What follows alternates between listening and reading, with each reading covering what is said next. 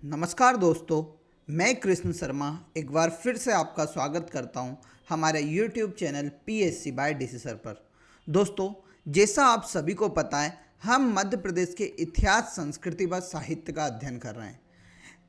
वहां पर अभी तक हमने मध्य प्रदेश का आधुनिक इतिहास, आधुनिक के साथ साथ मध्य प्रदेश की रियासत आदि का अध्ययन कर लिया था। अब आप सभी को पता है, हमने स्टार्ट किया था मध्य प्रदेश का प्राचीन इतिहास। एंशियंट हिस्ट्री का पहले लेक्चर में हमने मध्य प्रदेश के प्रमुख पाषाणकालीन स्थलों के बारे में जाना। और पाषाणकालीन स्थलों से हमेशा मैंने मेंस में देखा है 2 नंबर में प्रश्न पूछा जाता है। प्रीलिम्स में भी जगह से या उससे रिलेटेड कुछ भी इन्फॉर्मेशन जो भी मैंने बताई थी वो सभी आपसे पूछी जाती है।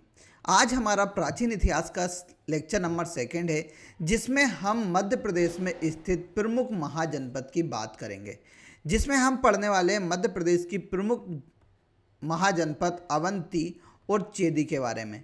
इस लेक्चर में हम जानेंगे कि भगवान कृष्ण ने शिशुपाल का वध क्यों किया था, जो चेदी वंश का राजघराना था वह महाभारत के युद्ध में किसकी तरफ से लड़ा था, उन सभी बातों को हम बहुत डिटेल में समझने वाले हैं।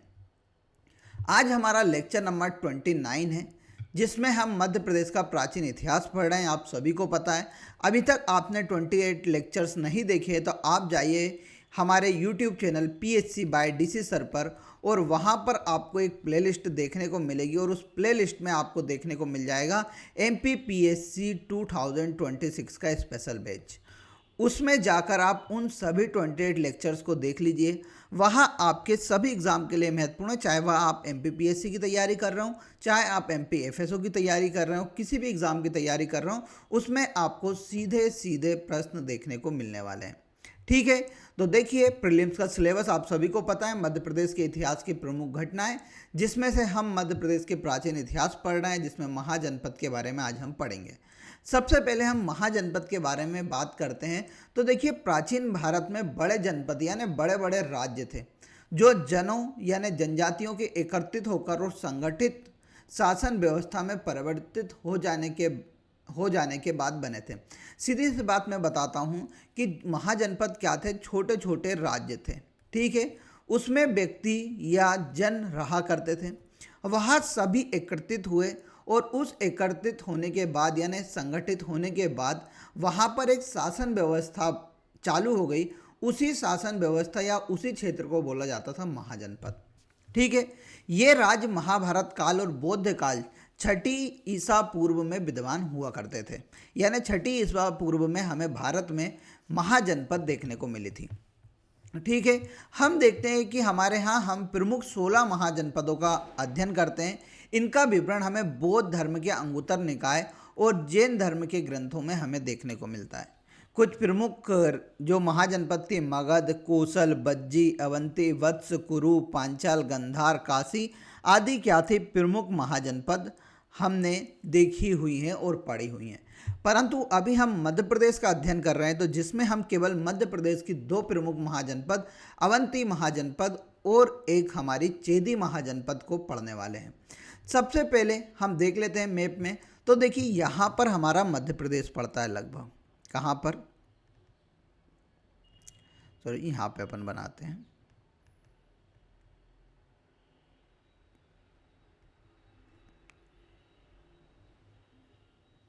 ये हमारा लगभग मध्य प्रदेश है। ठीक है, अब मध्य प्रदेश में आपको 2 महाजनपद देखने को मिल रही है, एक अवंती और एक चेदी, है ना।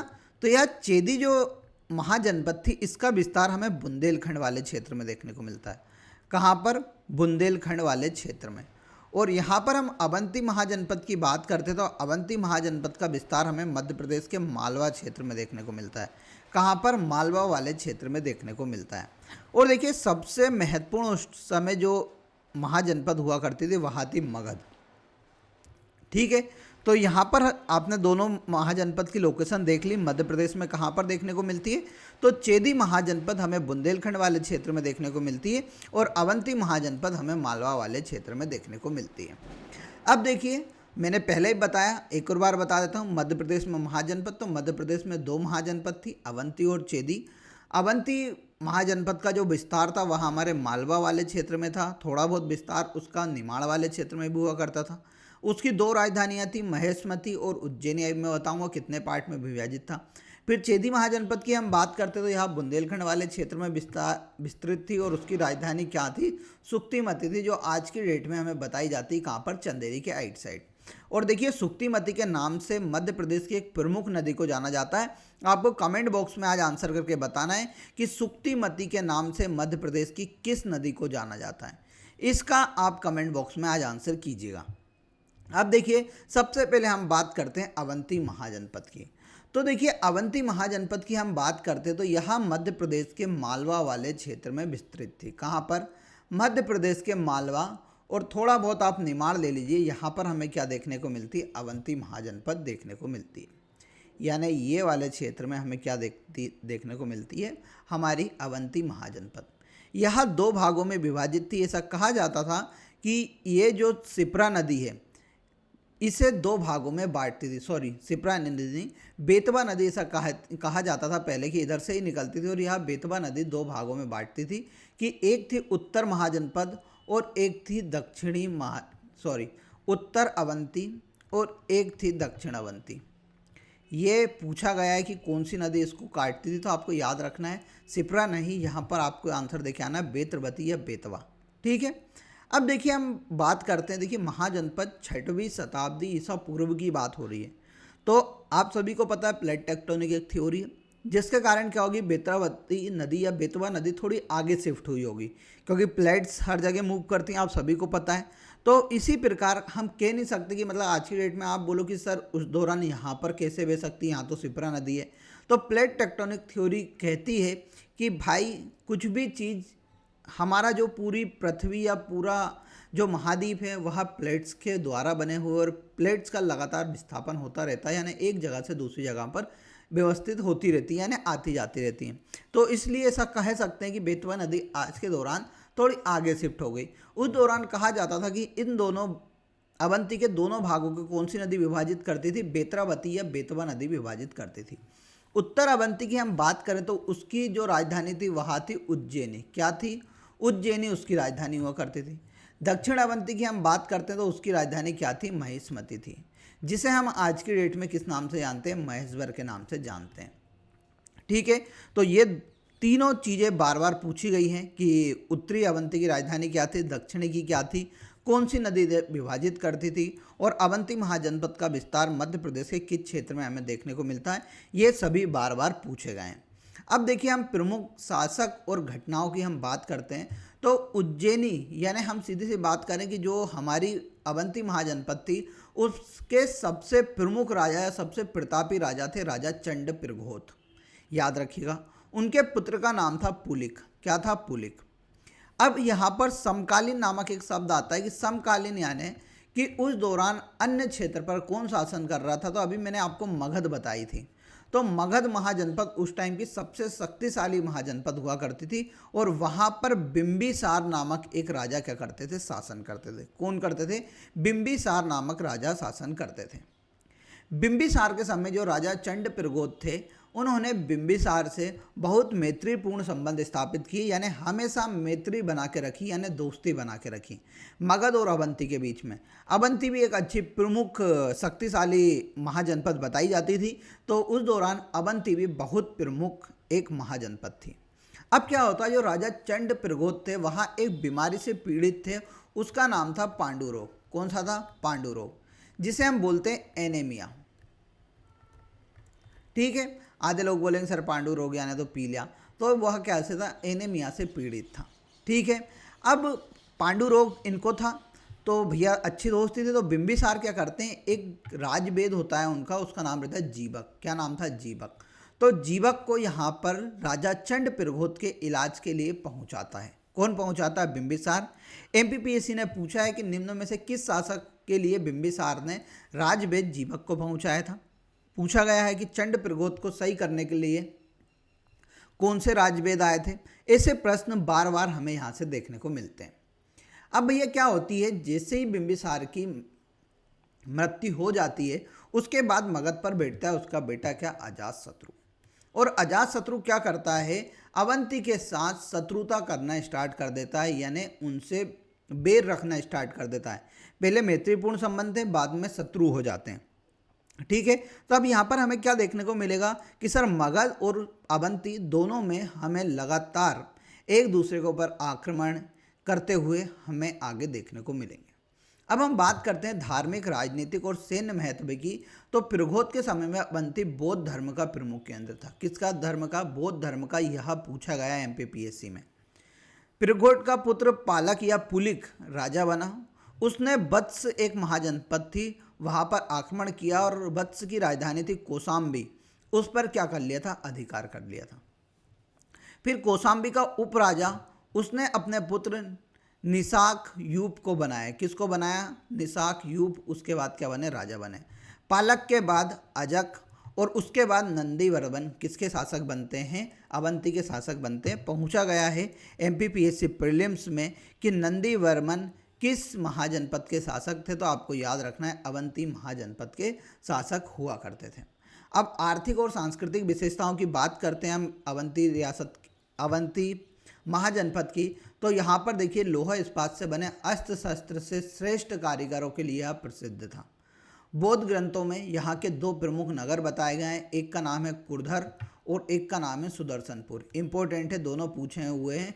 कुर्धर और सुदर्शनपुर किस महाजनपद के दो प्रमुख नगर हुआ करते थे? तो याद रखना है अवंती महाजनपद के प्रमुख नगर हुआ करते थे। ठीक है, फिर देखिए मगध का विलय, मगध में विलय और शिशुनाग वंश। अब देखिए आगे हम बात करेंगे कैसे अवंती जो हमारी महाजनपद थी वह उसका विलय मगध में हो जाता है और कैसे उज्जैन में शिशुनाग वंश की स्थापना हो जाती है। अब देखिए हर्यक वंश के आखिरी शासक, अंतिम शासक नागदशक के अमात्य शिशुनाग ने अवंती पर आक्रमण किया। किसने किया? नागवंश के एक शासक थे शिशुनाग, उन्होंने क्या किया? यहाँ पर आक्रमण किया। और उस दौरान यहाँ पर शासक थे नंदीवर्मन और उन्होंने नंदीवर्मन को पराजित कर कर अवंती को किस में मिला लिया? मगध में मिला लिया। और उसके बाद शिशुनाग ने उज्जैन पर किस वंश की स्थापना कर दी थी? नागवंश की स्थापना करी। किसकी करी? नागवंश की स्थापना करी, याद रखना। ठीक है, प्रारंभ में फिर दो राजधानियां हुआ करती थी मगध की, एक वैशाली और एक ग्रीवर्ज। शिशुनाग के बाद उनका पुत्र कालाशोक राजा बना और अपनी राजधानी कहाँ पर स्थानांतरित कर ली थी? पाटलिपुत्र में स्थापित कर ली थी। तो आपको याद रखना है कि मगध में विलय किस राजा ने किया था? अवंती महाजनपद का। तो किसने किया था? शिशुनाग ने। यह प्रश्न में पूछा जाता है कि नागवंश ने मध्य प्रदेश के किस क्षेत्र में शासन किया? तो आपको याद रखना है नागवंश ने शासन किया था अवंती वाले क्षेत्र में। जब हम मध्य प्रदेश के प्राचीन इतिहास के प्रमुख वंश पढ़ेंगे उसमें मैं नागवंश के बारे में बहुत अच्छे से आपको बताने वाला हूँ। ठीक है, अब चेदी महाजनपद पढ़े उससे पहले मैं आपको बता देता हूँ मध्य प्रदेश लोक सेवा आयोग की 2026 की परीक्षा के लिए हम आपके लिए लेके आए हैं कुल 75 टेस्ट की एक टेस्ट सीरीज जो पीएससी बाय डीसी सर के एप्लीकेशन पर उपलब्ध है। यह मात्र अभी आपको 350 रुपये में मिल रही है। उसके बाद कुछ दिनों बाद 5 तारीख से यह वापस से 500 रुपये में आपको मिलेगी। तो 2 दिन और शेष रह गए हैं ऊपर के, 2 से 3 दिन। तो आप कोशिश कीजिए कि इसे परचेस कर लें। इसके संबंधित आपको कुछ भी डाउट आते हैं तो हमारे दिए गए नंबर पर आप कांटेक्ट कर हमसे बात कर सकते हैं और जानकारी इसकी ले सकते हैं। ठीक है, अब हम चेदी महाजनपद की बात करते हैं। तो चेदी महाजनपद की बात करते हैं तो चेदी महाजनपद आज की डेट में जो मध्य प्रदेश का बुंदेलखंड वाला क्षेत्र है और उत्तर प्रदेश वाला क्षेत्र है वहाँ पर क्या था? उसका विस्तार हमें देखने को मिलता है। इसकी जो राजधानी थी उसका नाम था सुक्तिमती। क्या नाम था? सुक्तिमती। और पाली ग्रंथों में उसे कहा जाता था सोथीबती। क्या बोला जाता था? सोथीबती नगर से भी उसे जाना जाता था। आज की डेट में यह ग्वालियर या चंदेरी के आउटसाइड आसपास इस नगर को बताया जाता है कि आजकल के लोग बोलते हैं कि ये ग्वालियर के समीप हुआ करती थी सुक्तिमती। अब देखिए यहाँ मेनली यहाँ पर एक बहती यमुना नदी, तो यमुना नदी के दक्षिण में थी और केन नदी के किनारे यह क्या थी? बसी हुई थी। किस नदी के किनारे बसी हुई थी? केन नदी के किनारे हमें चेदी महाजनपद देखने को मिलती है। जो चंबल का आउटसाइड का एरिया आता है वो भी किस में आता था? चेदी महाजनपद के अंतर्गत आता था। अब इस वंश की उत्पत्ति की हम बात करते हैं तो चेदी वंश की उत्पत्ति एक चिदी नाम के राजा ने की थी। जो कि विदर्भ के पुत्र थे और यादव वंश से संबंधित थे। किस वंश से संबंधित थे? यादव वंश से संबंधित हुआ करते थे। बाद में पुरुवंशी राजा बसु उपरिचर ने इंद्र के आदेश पर चेदी पर अधिकार किया। किसने? बसु उपरिचर ने इंद्र के आदेश के अनुसार चेदी पर क्या कर लिया था? अधिकार कर लिया था।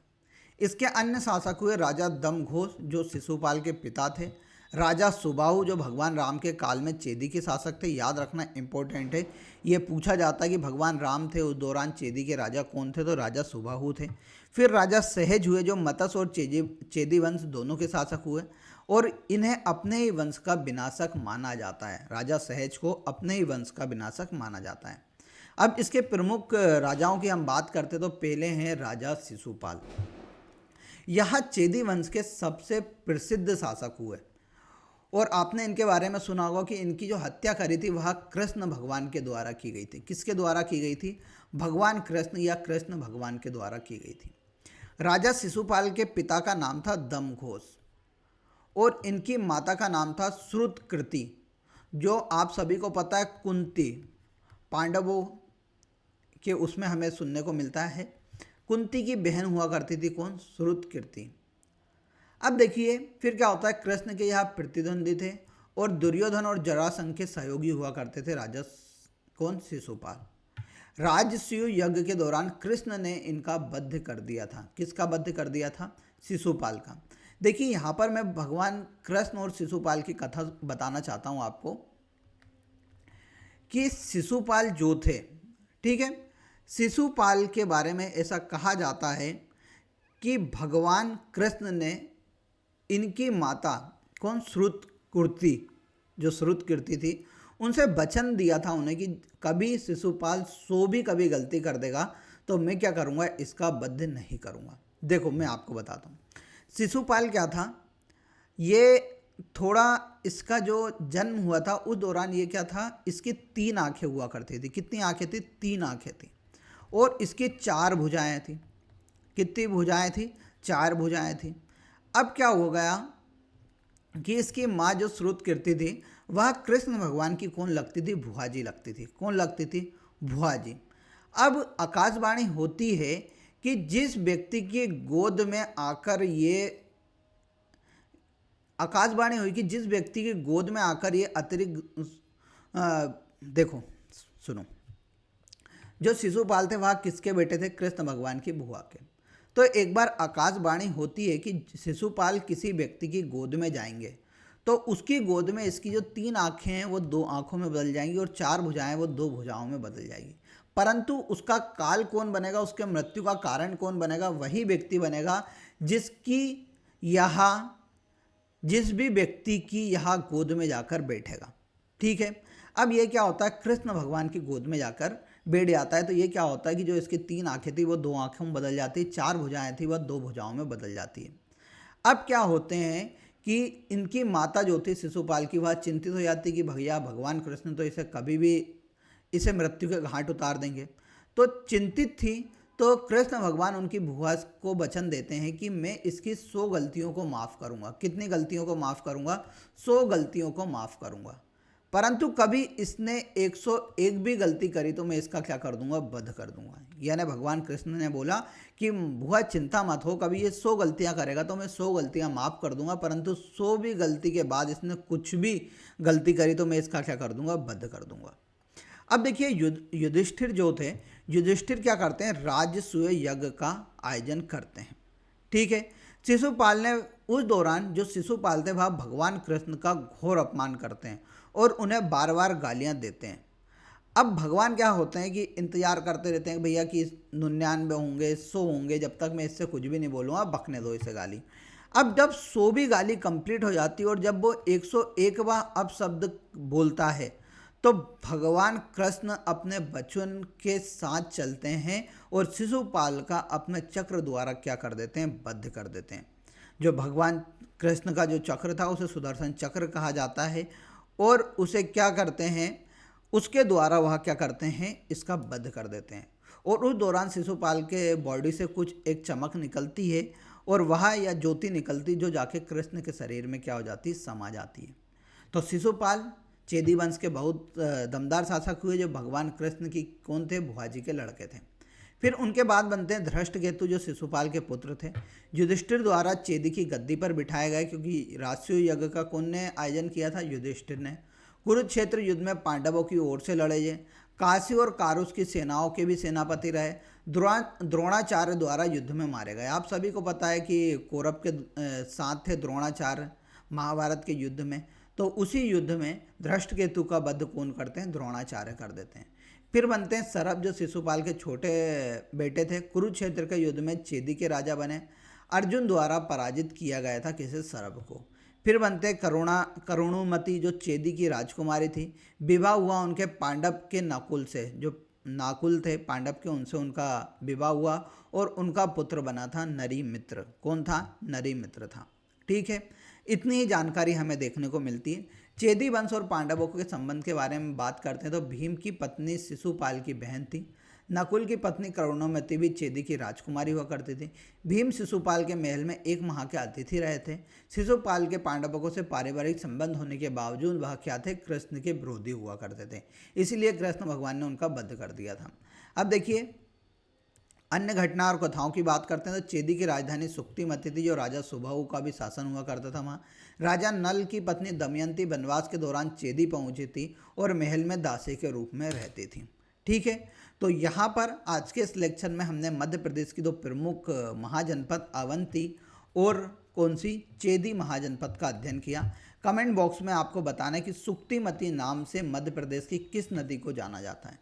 ये कमेंट बॉक्स में मैं आपका आंसर देखना चाहूँगा। कभी आपको ये लेक्चर्स अच्छे लग रहे हैं तो आप अपने दोस्तों तक शेयर कीजिए, अपने स्टेटस पे लगाइए और फीडबैक ज़रूर देते रहिएगा कि कहाँ पर आपको समझ आ रहा है या नहीं आ रहा है। मिलेंगे अगले लेक्चर में, तब तक के लिए जय हिंद, जय भारत।